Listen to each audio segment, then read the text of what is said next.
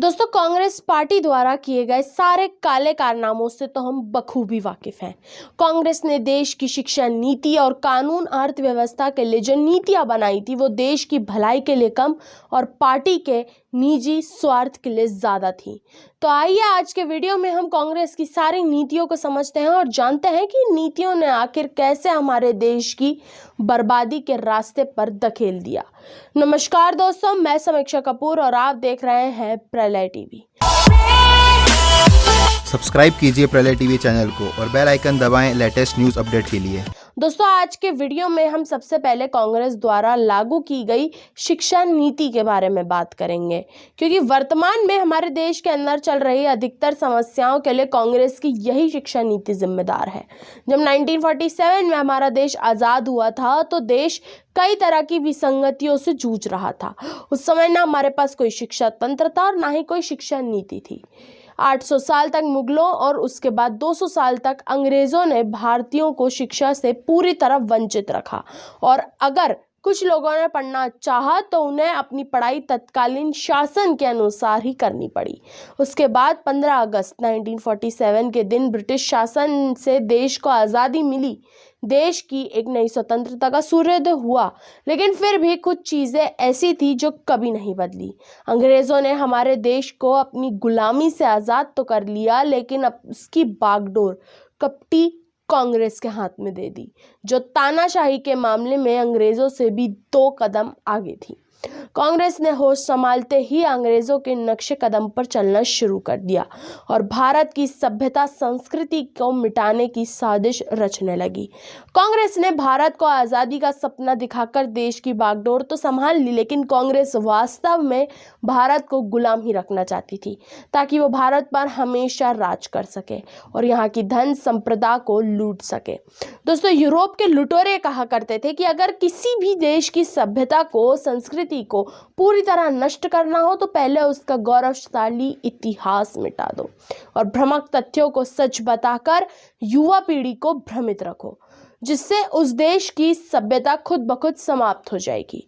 यूरोपीय लुटेरों की इसी बात से सीख लेकर कांग्रेस ने भी यही काम हमारे देश में बड़ी तन्मयता से किया और इसके लिए अपना सबसे पहला निशाना देश की शिक्षा नीति को बनाया।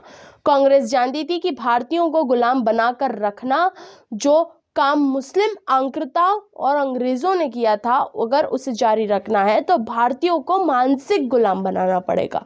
उनके मन मस्तिष्क में पश्चिमी देशों के प्रति हीन भावना भरनी होगी और भारत के महान वेदों, ग्रंथों और गौरवशाली इतिहास को कोरे बकवास की तरह प्रचारित करना होगा। आज़ादी के बाद से ही कांग्रेस अपने इस महत्वाकांक्षी काम में लगी रही और उसने देश के तमाम शिक्षा संस्थानों को अपने नियंत्रण में ले लिया। स्कूलों और कॉलेजों में अंग्रेज़ों की अनिर्भरता की गई, जबकि सरकारी कामकाज में उर्दू को पहले की तरह बरकरार रखा गया। देश के पुरातन रीति रिवाजों और परंपराओं को ढकोसला और पिछड़ा हुआ करार दे दिया था। इतिहास के कालखंडों में छत्रपति शिवाजी, महाराणा प्रताप, राजा सुहेलदेव, पेशवा बाजीराव, सरदार रणजीत सिंह जैसे राजाओं के नाम गायब कर दिए गए। उनकी जगह औरंगजेब, बाबर और अकबर जैसे असभ्य तथा बर्बर आक्रमणकारियों का महिमा मंडन कर दिया गया। इन प्राथमिक सफलताओं के बाद कांग्रेस 1986 में नई शिक्षा नीति लेकर आई, जिसमें इन सारे कारनामों को कानून का रूप दे दिया गया, जिसका प्रभाव यह भी हुआ कि भारत की आबादी का एक बड़ा वर्ग अपने इतिहास से ही घृणा करने लगा और पश्चिमी देशों को ज़्यादा सभ्य, सुसंस्कृत समझने लगा। अपनी इसी योजना में कांग्रेस ने the national council of education and research and training यानी NCERT का भी गठन किया, जिसकी किताबों में जात पात, छुआछूत जैसे विषय जानबूझकर डाले गए, जिनके कारण भारत की जातियों के बीच की खाई और भी ज़्यादा गहरी होती गई। दोस्तों, कांग्रेस की इन्हीं सोची समझी साजिश को देश कई दशकों से झेलता आ रहा है और कांग्रेस मजे से हमारे देश पर राज करती आ रही है।